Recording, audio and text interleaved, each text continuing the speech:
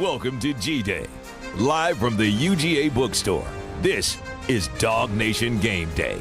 Our coverage of the Georgia Spring Game is brought to you by Kroger and the UGA Bookstore. Now here's your host, Kaylee Mansell. DawgNation, it has been 105 days since we saw UGA take the field against Florida State in the Orange Bowl, and despite not being able to go back to back to back, they still walk off the fields with their head held high. But this year, they're coming back for a vengeance. DawgNation, welcome to our first game day show of the year. I am your host, Kaylee Mansell, and you have no idea how much joy it brings me to say that. The non-football seasonal depression is over, and we are excited to see the Dogs get out on the field today. Because it is our first game day show of the year, you know we've got a lot in store for you. We're going to see all four of our DawgNation residents today, starting with Mike Griffith, who's going to come on to talk about the new transfers, new coaches, and players to watch, followed by our DawgNation recruiting insider, Jeff Sentell, who's going to tell us who's on the scene and what freshmen should we look out for today. And then we're going to have Connor Riley come on to talk about who's on red, who's on black, what duos could make the difference today. And then we're also going to give an injury report. And then we're going to wrap up the show with none other than Brandon Adams, who will also be hosting the postgame show here at the bookstore directly after the game. If you're in town, join us here. If you're not, make sure to stop by after the game. But this G-Day looks a lot different than last year's G-Day. Can Carson Beck restore Georgia to its former glory? How much has Gunnar Stockton improved since we last saw him at the Orange Bowl? Wide receivers versus DBs, two very strong groups who are going to go head-to-head on the field today. And also we get a chance to see the number one rated signee of the 2024 class, including Ellis Robinson, KJ Bolden, and maybe even Ryan Puglisi. I'm excited to say that it's finally G-Day, and with that, let's go ahead and bring on our first guest, Mike Griffith. Mike. Hey, how are you? I'm doing so good. I'm happy to have you on. Yeah. It's been a while since we've gotten to share the air together, and always means so much to have you on. I want you to think about last year's G-Day. All right, we were still wondering who was going to be the number one quarterback. We were excited to see everyone, but just talk about how much different the stakes are this year. Well, I mean, Carson Beck knows he's the guy, and I think today he is going to want to be assertive. That was one of the characteristics. Kirby said he didn't think he was the most assertive of guys, and make no mistake about it. That's the head coach prodding Carson, saying, look, I'm going to challenge you to be assertive. And then today, with all the transfer receivers, they're going to want to see how Carson works with those guys. I mean, you look at last year's receiving core, you've lost 3 of your top 4 pass catchers, and you have to replace them. And yeah, we know Dom Lovett, we know he's solid, and we know that Dylan Bell and Aaron Smith have also had good camps, but I think they're going to want to see how the newer guys are going to do, right? The Colby Youngs, the London Humphreys, Michael Jackson III. Are we going to get to see some of these transfer receivers work with Carson? And then also Gunnar Stockton. You know, the backup quarterback story is big too, because you take a look at most SEC teams, and over the last 5 years, 2 or 3 times they've had to go to their backup because of injury. I mean, what if Georgia's in a position where you need Gunnar to step up? I mean, we saw Stetson Bennett step up when JT Daniels went down in the 2021 season. So can Gunnar secure the number 2 job versus the unknown guy? Because we think, and Gunnar has told us, that Georgia will probably get another quarterback in the portal, you know, by the end of this open portal season at the end of April. So how well does Gunnar Stockton do to solidify the number 2 job? And how assertive is Carson Beck, and how well is he working with those young receivers? Well, I'm glad you bring up the transfer portal, because although Georgia does bring back some veterans, especially in Carson Beck, they also brought in a large transfer portal class this past season, including wide receivers Colby Young and London Humphreys, and the running back Trevor Etienne, safety Jake Pope, and others. But I think the name that we've been hearing the most, which surprises me, is Colby Young. I think a lot of guys thought it would be the Trevor Etiennes or the London Humphreys that we'd hear a lot about, but Colby Young has been somebody that's been talked about so much this offseason. Do you think we're going to get to see him have the ball a lot today? I do. I think they're going to try to work it to him a lot. And the reason that you're hearing a lot about him is because he's 6'4" with about a 36 vertical, and he's going to be a red zone target.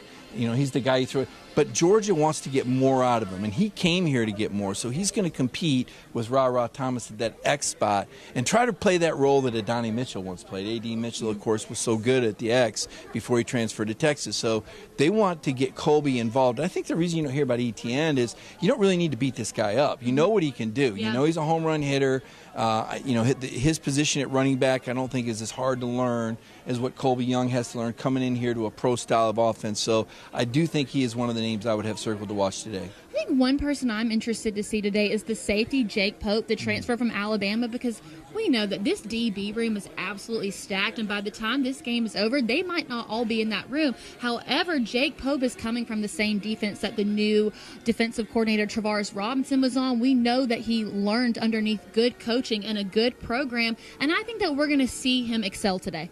Well, I think it makes sense to bring in Jake Pope because you've got another coach on the field that speaks the same language as T-Rob. And by the way, Malachi Stark said if you close your eyes and you just listen, T-Rob says a lot of the same things as Will Muschamp. So there's not that great of a transition, but it is a different personality. I mean, this is a guy that fashioned a DOA mentality at Alabama for the tackling gang, and I don't know how appropriate Den on arrival is, but it certainly sends a message for the defense of how you want to strike and swarm. So I wonder how the defense will play in general. But you're right, Jake Pope is a guy, I think he's back there to try to earn playing time. I think the spot, well, really both spots, because Malachi's out with his shoulder. Yeah. So we're going to get to see a lot of the young talent. And then what you alluded to, there's a lot of talent back there. It's a crowded DB room, and we know how the portal works. There's going to be some attrition. And Kirby said that's healthy, right? It's just Kirby doesn't want to lose the guys that he doesn't want to lose. So I think you'll see some messages sent today. I'd pay attention to who gets repetitions and how many plays they get, because those are the guys that Kirby's going to want to stick around. Well, along with some new transfers, we do have some new coaches on the block, including who we just spoke about, the new co-defensive coordinator, Travaris Robinson. I told you earlier before the game, in my eyes, it's not just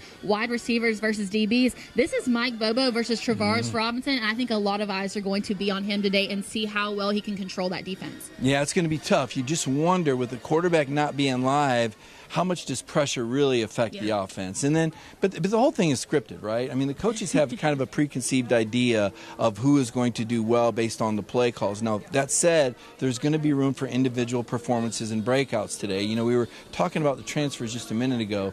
This Xavier McLeod, defensive lineman from South Carolina, I mean, this is a guy with a high ceiling who didn't have a good start at South Carolina, and so he left that team and transferred. And, you know, not under the best of circumstances, right?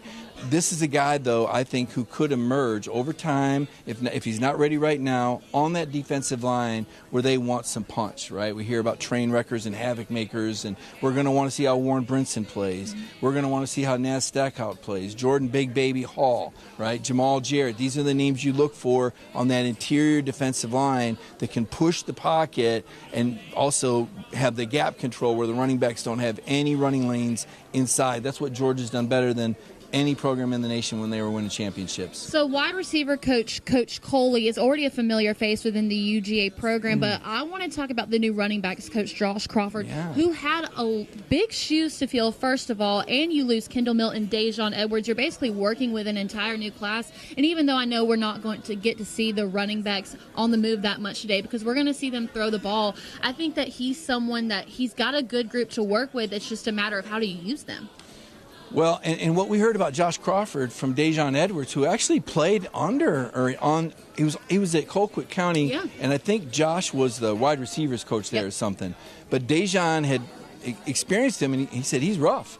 He says, this guy's tough, and I'm saying, wait a minute, Dejon Edwards is about as tough as it comes. So when Dejon uses the word tough, that means something. So this is a coach. There's no warm and fuzzies here. I mean, this guy is here to move up in his career. He's got a lot of high school experience. He's going to be on top of these running backs. Extremely competitive situation. I'll tell you how I knew that. So you knew they signed Etienne to come in from Florida. He's the home run hitter. Obviously, they're going to get Trevor Etienne the ball at some point. Maybe not today, but you can bet your bottom dollar he's going to be a factor this season, right? Roderick Robinson is the 240-pound sophomore, 7% body fat.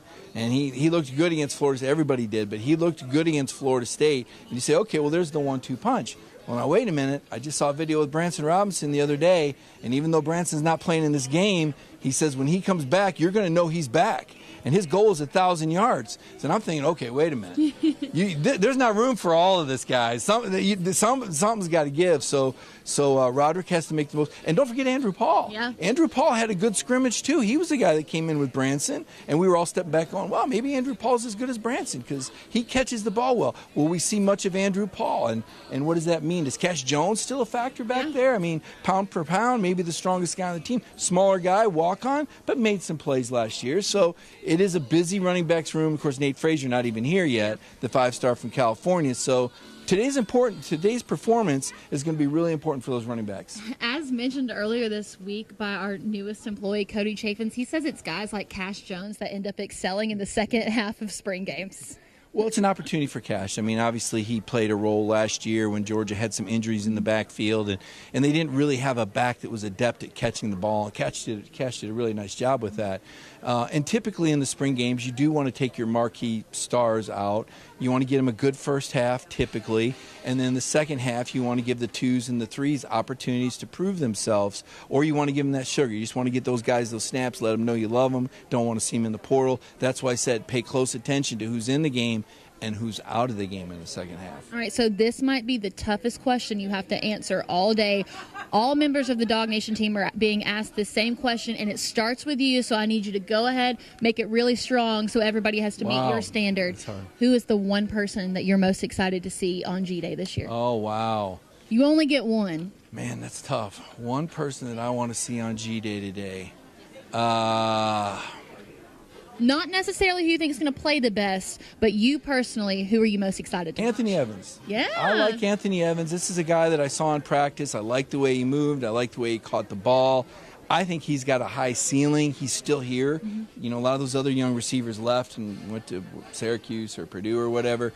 Anthony Evans is a guy that I think has star potential, and I haven't heard a lot about him to this point in scrimmages. I think they're trying to break in the newer guys and get them a lot of reps. They're learning the offense, but I wonder if today might be a day for him. And I could be way, way off on that, but that's a guy that I saw in one of those practices that I went to earlier in the spring, and I thought, you know, the way this guy moves, the way he made a couple really nice catches, and he's got that big-time potential. We saw him flash last season, so he hasn't been talked about a lot. So that's why I want to see if maybe Anthony Evans is ready to come on the radar. All right, last thing, and then I'll let you go. When it's all said and done, when you walk off that field, you go up to the press box and you begin writing your articles. What are you hoping to see most out of the Georgia Bulldogs today? Carson Beck take control. Carson Beck assertive. Carson Beck in the face of receivers. Carson Beck directing traffic. Carson Beck on the same page. You know, the ball doesn't go one way, the receiver goes the other. I want to see that Carson Beck has complete control of his team because Georgia is only going to go as far as Carson Beck takes him. He is a Heisman Trophy preseason co-favorite with Quinn Ewers at Texas. He has an NFL arm. He's got great mobility. He's had the offseason. He's had the private jets. He's had the Lamborghinis. And now it's time to play. And I want to see what Carson's got in him. I think he's a big-time quarterback, the guy that solves Rubik's Cube in under a minute. Good reporting from Kaylee last year. Goes to the line of scrimmage and solves that defense in less than 10 seconds. That's what I want to see from Carson Beck today. All right, Mike, thank you so much for joining me as always, and I look forward to seeing you at the game. Yeah, be great. Thank you. You're very welcome. If there is one thing that Mike Griffith is never going to hide out, it is Carson Beck's Lamborghini, and I mean, who can blame him at that point? It was a huge story, but thanks to Mike for joining us. If you want to check out any of Mike's content, he has a show every Monday at 7:30 called On the Beat, and make sure to check out his articles on DawgNation.com after the game as well as a halftime update. Now, we do have to give a huge shout out to the UGA Bookstore where we are currently at this moment. We have autographs going on until 12:30. I believe it's Kamari Laster and Buck Blue, as well as 6 members of the UGA women's basketball team. So if you're around, make sure to come see us at the bookstore. There's also apparel on sale. I know Brandon Adams got himself a great hat, and for all my ladies that are watching, they had some really good women's apparel that was on sale downstairs. So make sure to stop by the bookstore. Now, with G-Day, one of the biggest storylines and narratives is the freshmen that we're going to get to see, and this freshman class is humongous. So many names, so much expectation. So we sat down with DawgNation recruiting insider Jeff Sentell to talk about what freshmen do you need to look for today, and then who are going to be the recruits on the scene at this G-Day. Here's Jeff Sentell. So it truly would not be a DawgNation Game Day show if we didn't have an appearance from our resident DawgNation recruiting insider, Jeff Sentell. And we've got a lot to talk about today because I feel like you have some good insight of not just who's going to be on the scene, but of the freshmen that are going to make their first appearance in red and black today. But I want to start with the recruits that we're going to see there.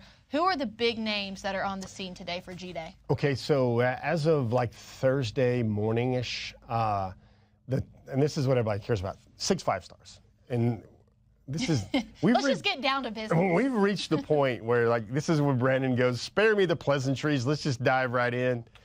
And, like, I feel like the Georgia fan base needs to get accustomed to this, that they go, oh, only 6. Folks, nobody usually has. Like, a lot of schools, spring games, years gone by, if they could say we had 6 5-stars in the house, that would be a successful day. They might even put it up on billboards or on some of their social media. It's kind of just a Georgia day. Like, what's interesting to me about this one is there's no call to action from Kirby Smart to get 93,000 in the stands or fill it up for a very good cause. It's just, hey, we're Georgia. We're going to put the ball down, and people are going to show up, and recruits are going to show up. I think the name that we got to most closely associate, good vibes with is, I'm told Justice Terry will be in town this weekend, whether it's just Friday, maybe Friday night, maybe leaving before the game. That's a good homecoming type visit for him. USC flipped him, and I think that's a recruitment that Georgia still can win and probably still should win. He's currently committed to USC right now. There's going to be some recruiting that needs to be done, and I think maybe a potential great omen for Georgia would be if Justice decides to stay for the game on Saturday. Another big name is a recruit I feel like Georgia's playing defense with in terms of that's the 5-star commitment, Elias Williams out of Camden County. Committed to Georgia, but, man, Miami's trying. Miami's trying in those unique little ways that Miami tries to recruit players or poach players from big-name schools. But I think Miami's trying. I think that's a name. I think Hartley is amazing at what he does, but he's going to have to kind of play some defense there with Elias. So I think another good vibe visit for him would be great. Georgia's going to have a 5-star quarterback of the future in there, and Jared Curtis in the 2026 class. He's going to be back in Athens with his mom, who can now proudly strut around in her all her Georgia gear that she kind of had to keep in the closet for a little bit until he made his commitment to Georgia. There's a lot. There's a safety they like out of Alabama. There's a #1 edge in the class of 2026 at Douglas County, Jordan Carter. Yep. 2 more names. They're 2025 names. First of those is Dijon Lee Jr., big cornerback, 6'3", out of Mission Viejo in California. He's going to make another visit to Georgia. It really feels like it's Georgia and Bama already, putting up the Dukes and are going to fight out there for him. Georgia, I feel like, is in a good spot. And then also the young man from New Jersey. Somehow Georgia's finding all these dogs out of the Garden State.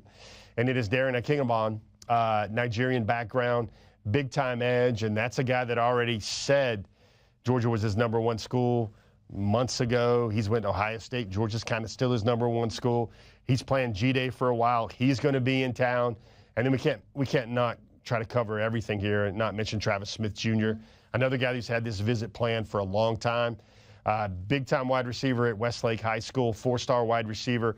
The rankings keep climbing up, and that's a guy that I cannot understate how important Travis Smith is to this class.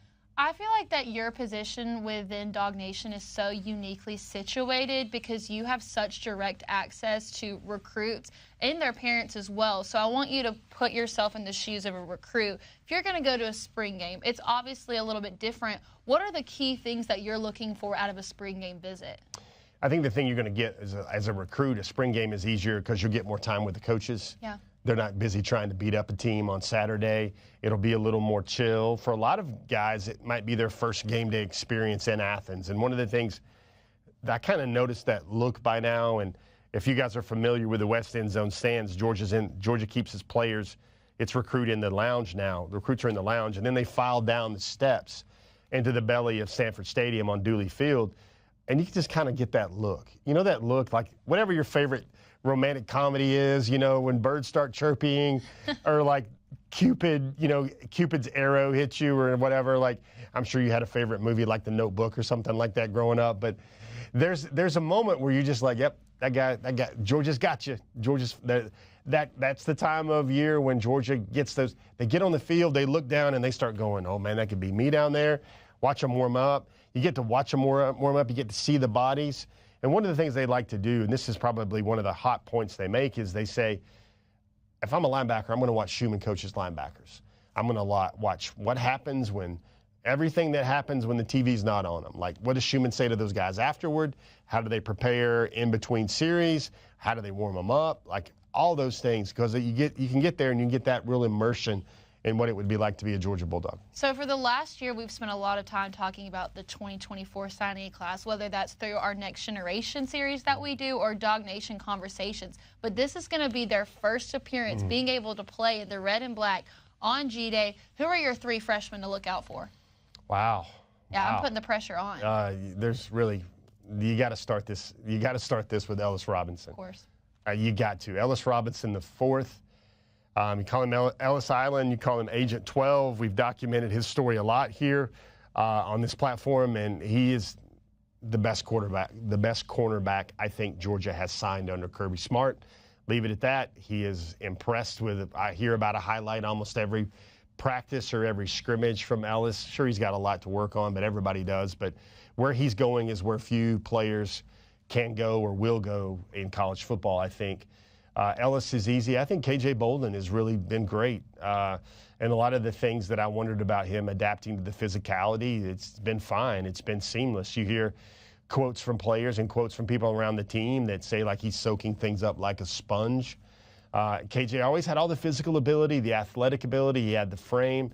That's a guy that, I mean, he's going to do, I feel like, great things at Georgia. And then that third person gets kind of tough because there's a lot of capable guys, but I could not name a top 3 without naming somebody in the trenches, and I think it's Joseph Jonah Ajayi. I mean, he's eventually going to be a monster for the Dogs. I don't think it will be on Saturday or maybe for the balance of his freshman year, but he's a guy, Kaylee, he's 17. He just turned 17 back in November, and he's going to be in the mix. He's going to be in the wash. He's going to be trading paint down there in the trenches, and the future is very bright for JJA as well. He's a very motivated dude. His head's on right. And, you know, I tried to name 3 names, and somehow I named 3 5-stars. Of course, that's what a guy would do. But the other name, I'll allow it. You got to allow it. And I probably would, if I had to rank this guy, this would not be the last name I would mention. And that's Hollywood. That's Sokovie White. He is going to make the Dogs better sooner rather than later. And this is a guy that's so good, Kaylee. He was like, his coaches tell me, he was just so good at receiver, he could make a guy miss. He got bored with this. He was like, let me go play defense. He wanted to play defense because he's like, yeah, I got a little bit to learn over there. I get to hit somebody.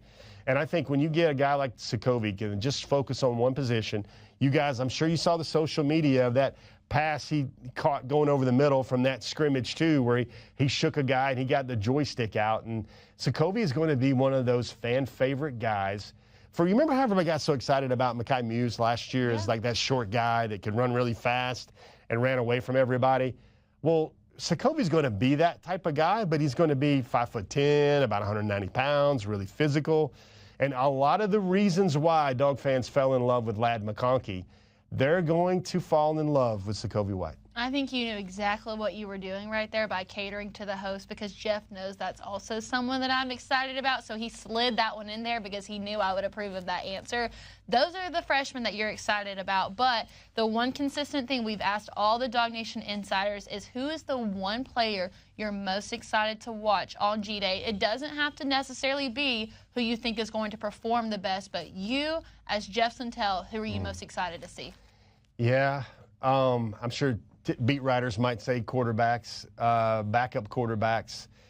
There's a part of me that initially wants to go Anthony Evans, but I think there's really, it's got to be somebody interior-wise, and I think there's a guy by the name of Jared Wilson who's replacing some mighty big shoes in Cedric Von Prawn-Granger, but I don't know if we'll see that highlight where he like annihilates his fellow Bulldog or whatever running downfield, but really interested to see how he handles the calls and the line checks. And really, I'm really interested to see on the other side of the ball, Jamal Jarrett, big jaw.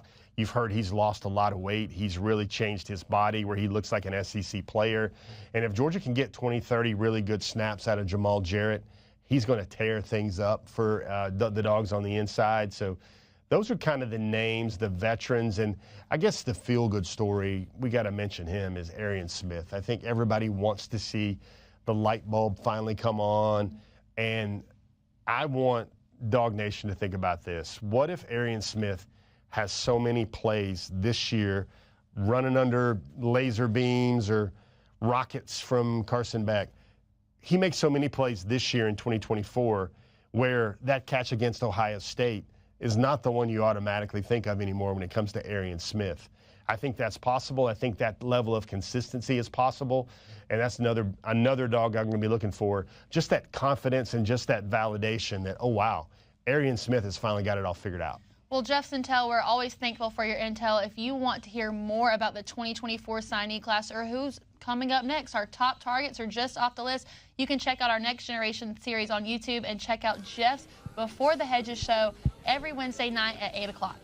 And that was our very own DawgNation recruiting insider, Jeff Sentell, who has his Before the Hedges show every Wednesday, and it is presented to you by Kroger. And speaking of Kroger, we have to give a shout out to Kroger for being one of our Game Day show sponsors. If you haven't already, BA has talked about it before many times on DawgNation Daily. You need to sign up for Kroger Boost because not only is it double fuel points, but it's also free delivery on your groceries. I'm going to tell y'all something that happened to me the other night. If you've been keeping up with me on DawgNation for the time that I've been here, you know that I am a coffee person, especially in the morning. If I don't have my coffee, you probably don't need to talk to me for 2 hours. And I had a cup at night, ran out of creamer, realized it too late, and I was like, I have to have it for tomorrow morning, but all grocery stores were closed, so I had it delivered to me as soon as I woke up that morning. That way it was a good day for all my coworkers. So if you have not signed up for the Kroger Boost membership yet, take it from me. You definitely need to, so you can get those groceries delivered and twice the fuel points. Coming up in a second, we are going to have Connor Riley, who is actually already on the scene today. He's going to give us a roster update, an injury report update, and tell us what we should look for on the field. So let's go ahead and bring in DawgNation insider Connor Riley. Yeah, we're here already in Sanford. Hey, Connor, I know that you are already on the scene and all right, I know this G-Day is not going to be another 93K day. There is some construction going on in the stadium, but since you were already there, give us a vibe check. What's the crowd like, and how exciting is it that we finally get to see some Georgia football again? Yeah, the stadium's mostly empty at this point. We're still about 90 minutes away from the kickoff, but it's interesting. We've got the rosters out now. A number of guys are going to be playing for both teams. First team offense and second team defense are going to be on the red team. So your freshmen like Alec Robinson, KJ Boulding, Chris Cole, Justin Williams are some of the defensive guys on that side of the ball. And then obviously Portia Beck, Dominic Lovett, Dylan Bell, Arian Smith, Trevor Etienne, Ryder Robinson there on the first team. First team defense is going to be in black jerseys today. It'll be Michael Williams, Naz Stackhouse, etc. A couple guys playing both sides. Damon Wilson at outside linebacker. Gabe Harris at sort of a defensive end role there. Julian Humphrey and Daniel Harris, two cornerbacks who are going to play for both teams. And on the offensive side of the ball, Anthony Evans going to play for two teams. As I think they look to get those guys in particular more reps at here on this G-Day. I would love to get a Connor's confidence scale from you when you take a look at the first team offense and the second team offense. Give me your prediction for who are going to be the leading wide receivers. Yeah, I think based on what we've seen this spring, I think Dominic Lovett is a guy who's going to have a big day. I'll be interested in seeing what Arian Smith looks like there on the first team as well. We've continued to hear really great things about what he's been able to do this spring. On that second team offense, again, I think a guy who maybe totally might, because again, he's going to get a chance to play with both teams. Anthony Evans, this guy has unique speed. Maybe Arian Smith is the only guy in that wide receiver room that is faster than him. And I think they're going to want to get him involved in a number of different ways, get him use a number of different touches. And then one other guy to maybe watch, a younger name, Jacoby White, freshman. Heard some really great things about him. You've heard Jeff Sentell just talking about him. This is a guy, well, he wasn't an uber recruit. Every time he seemed to play, he would just make play after play, sort of as Jeff mentioned in that Ladd McConkey role. And I'm not saying Jacoby White's going to be what we saw from Ladd last season today, but I would expect Jacoby to go out there and make a few plays, especially working on that second team offense today. So in case you're watching at home, you look on the field and you don't see your favorite player, there are some injuries out there today. This is our injury report. The notable injuries on the field are going to be Malachi Starks, Smile Munden, and Branson Robinson. Connor, is there anybody that we missed out on for the injury report? Yeah, I think there are a couple of guys. We'll see how much they go. Christian Miller coming back from a meniscus injury. We'll see what he looks like there on the defensive line. There's always going to be a few surprises. So if someone doesn't play today, it's probably more precautionary than anything. Remember last year, Ra Thomas did not play in this spring game there. So there might be a few more surprises out there in terms of guys who don't actively go out there and play. Tom Munden, Branson Robinson this time a year ago got hurt right before the spring game and didn't play. So I think it's important to keep in mind that, well, yes, we know some of these injuries. There are going to be some surprises, but in the long run, it's probably going to end up being okay. And these guys should be good to go by the start of fall camp and certainly by the opener against Clemson. I don't necessarily look at these injuries as a bad thing because at the end of the day, of course, we want them to be healthy. But I think for guys that are injured like Malachi Starks and Smile Munden, that are veterans at their position, it gives us the opportunity to see some newcomers and some sophomores and some guys that didn't get to see the field as much last year, especially when you look at that DB room. With Malachi Starks out, we will probably get to see Ellis Robinson and KJ Bolden, as well as guys like Julian Humphrey and Janelle Aguero. So I don't necessarily see it as a bad thing because we've already seen what Malachi Starks can do. I'm ready to see what everybody else can do. Yeah, Malachi Starks wasn't going to get a whole lot better in terms of on-field production this spring. So I think with Georgia having to find a replacement for Tyke Smith, Javon Bullard there in that secondary, it's just giving them more reps. They're not just guys like Dan Jackson and David Daniel who have been in their system for a while, but as you mentioned, Kaylee, young players, Janelle Aguero, DeCorey Thomas, guys we haven't seen or heard a whole lot from. So I think those guys in particular, Janelle Aguero and DeCorey Thomas, they're going to be two guys I'm really interested in seeing today. I know they're not the five-star freshmen that Ellis and KJ Bolden were, but I think those guys have a chance to really propel themselves into being starting caliber players for Georgia in that opener against Clemson. And I think their performance today, and it should be noted they're both on the first team defense, could go a long way in helping them make plays in that opener against Clemson. So one player I do want to ask about, I don't know if we know the status of him yet, but it's quarterback Ryan Puglisi. He was struggling with a knee injury here for a second. I'm not sure if we're going to see him out on the field today. In the case that Puglisi doesn't play, what does that mean for the Dogs? Do we just get the chance to see Beck and Stockton, or are they going to bring up at somebody that plays on like the reserve team or practice squad? What does that look like if Puglisi does not take the field? Fine, I do think Puglisi is going to be able to play today. He was still in practice, and again, these quarterbacks are going to be wearing non-contact jerseys anyway, so they can't get hit.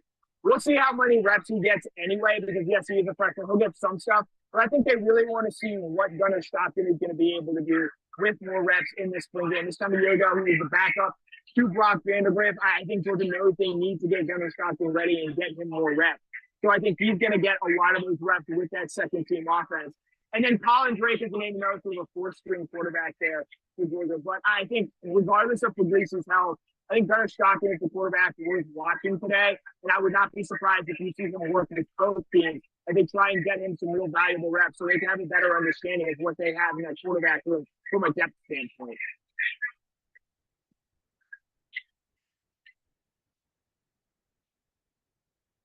Sentell went second. Now the pressure is on you. I'm going to ask you what player you're most excited to see today at G-Day. However, you cannot give me the answer of Jalen Walker since you gave me that Thursday on our show, DawgNation at Large. So you can pick anybody except for Jalen Walker, because at this point we know that you are the president of the Jalen Walker fan club. I mean, this feels like election fraud. You're trying to prevent me from stumping for my candidate. This is not a fair balance of representation there.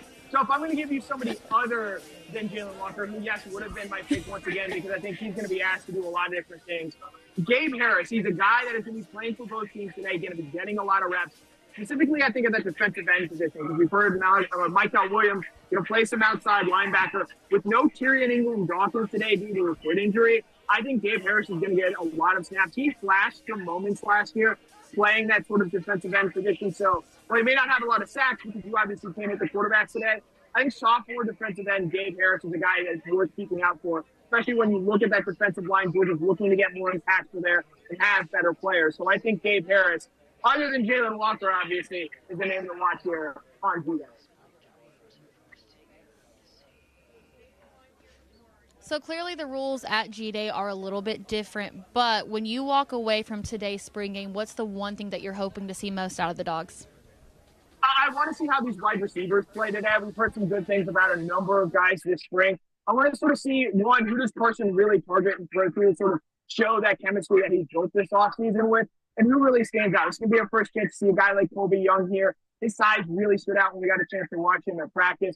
How many plays does he go out there and make today? What does Arian Smith do? Because it sounds like he's had one of the better springs of anyone who's been able to play for Georgia.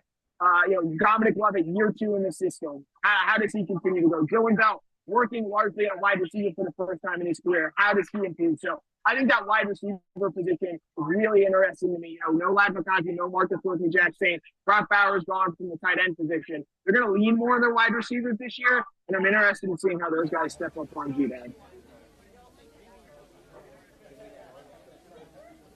Well, Connor Riley, as always, thank you so much for joining us. And since Connor is on the scene today, make sure to check out DawgNation.com directly after the game. Connor's going to have some articles up, so you're going to want to check those out and see what Connor has to say about that wide receiver group that he's excited to see. Connor, thank you so much for joining us. Yep, thanks for having me on, just a Kaylee. reminder that we are here at the UGA Bookstore. You still have some time to get an autograph signed by Kamari Lassiter or Buck Blue or members of the women's basketball team. But if you don't have time, make sure to come back at the end of the game.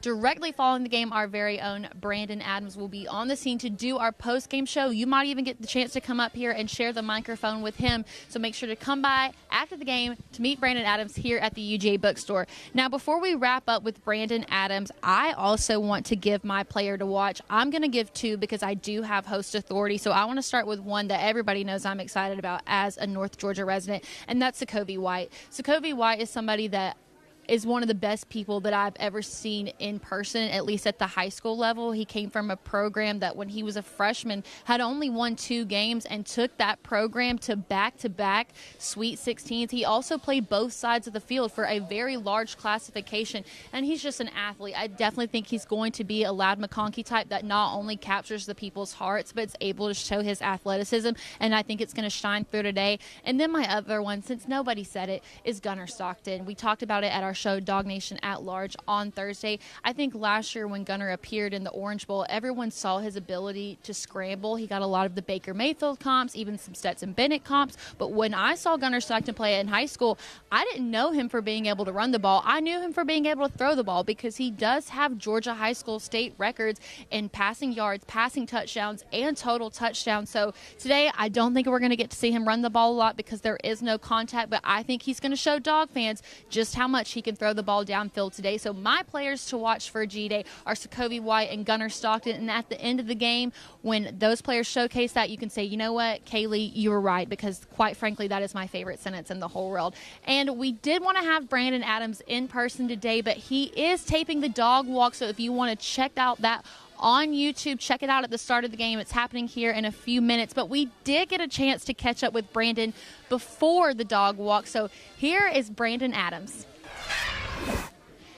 Let's be real. It wouldn't be a DawgNation Game Day show without a special appearance from our very own Brandon Adams. Brandon, I don't know if you realize, it's been 105 days since UGA has taken the field, and it's all come down to this moment. I know that on the DawgNation staff, there is no one more excited than you to watch some football. Yeah, I really am excited about being here and watching football and driving in today. You kind of got that vibe of, it feels good to be doing this again. You got nice weather. Couldn't be more perfect. And by the way, let me give a little bit of a shout out to the UGA Bookstore here. I was down shopping around a little earlier. So some of the back-to-back national championship gear they have for as much as 75% off today, including this really cool 47 brand hat here. So you got a lot of really cool stuff here right now that you can get at the UGA Bookstore. We've also got Kamari Lassiter over here and Buck Blue over here there as well. So a lot of big doings, as you would expect, as you said, on a big Georgia football game day, or at least as close to a real game day as we get this time of year. Since DawgNation fans got on Brandon about wearing the same thing every day, I have never seen this man more serious about apparel. Hey, listen, you got to, it's been said before that if you look good, you'll play good. And so I'm just trying to perform the best that I can here today. All right, so speaking of playing good, the one thing that we've asked all the DawgNation members is any player on the team, not who you think is going to perform the best, but as you Brandon Adams, what Georgia player are you most excited to see out there on the field today? Well, if you whittle it down just one name, for me it's Gunnar Stockton. We've talked about that a lot. I sort of expect Carson Beck to look like Carson Beck today. I'm more fascinated by what you get from Stockton in that regard. But if you'll let me give you like a second answer, because this is not just one player. My one name would be Gunnar Stockton. I'm just fascinated by what he looks like, and I think he'll probably play a lot. It's that battle, though, between wide receivers and defensive backs that I think could be fascinating, because I think that's sometimes a little bit easier for some of us to judge just by the naked eye as you're watching a game like this. You know, how well are young guys like Ellis Robinson and, K.J. Bolden, how well are they running step for step in coverage? You know, how does guys like Julian Humphrey and Daniel Harris, how do they perform? And how many of these receivers who have, I think, justifiably generated buzz during spring practice, how much of that is validated by what they do on G-Day there as well? I think that's probably the most fun matchup, but the individual name for me is when it's Stockton who's actually trying to deliver the football in those situations. That, to me, is probably the most compelling stuff for today. So let me get a bold prediction from you today. Who's going to win the battle on the field? Is it going to be the wide receivers or the DBs? You know what? I think it's going to probably be wide receivers here today, because defense ultimately is a team sport, and obviously one of the things that typically helps the defensive secondary is when you have a lot of big pass pressure and a lot of things like that, and you cannot take the physical component out of a game like this, which makes the job of the defensive backs a little harder. Almost certainly a couple of guys are going to make some outstanding individual plays, but spring games in a lot of way are kind of set up to benefit the offense, and my guess is this one will probably be something close to that today as well. So when the game is all said and done, helmets are off, players are walking off, what's the one thing that you hope to see out of the Dogs today? That nobody gets hurt. I feel like that's probably the answer that we should all go with, but so many storylines today. I think we're all just happy to have some Georgia football back. Yeah, listen, I've already been around campus. You see the tailgates getting set up, and obviously the crowd today is not going to be as big as it is for a regular game day, but those who are here are kind of treating it like a game day. This is one of the things that's so much fun about DawgNation, is the way in which we kind of make everything into a party when we can, and no doubt G-Day is going to feel like that today as well. I don't think I could have said it any better myself. Even though it's not a game day like we have in the fall, Georgia fans still treat this like it's the most important game at the time. I know we're all just excited to have some Georgia football back. We are here at the bookstore, and Brandon Adams will be back here for the post game immediately following the game. So if you didn't get a chance to see us here at the bookstore, make sure to stop by after. Also, some autograph signings going on now, and will be after the game as well. DawgNation, I'm so excited that I get to say thank you so much for joining us for our DawgNation Game Day show. We will see you right back here at the bookstore immediately following the game for Brandon Adams' famous post game show. This is Kaylee Mansell for the first time this season saying, Go Dogs.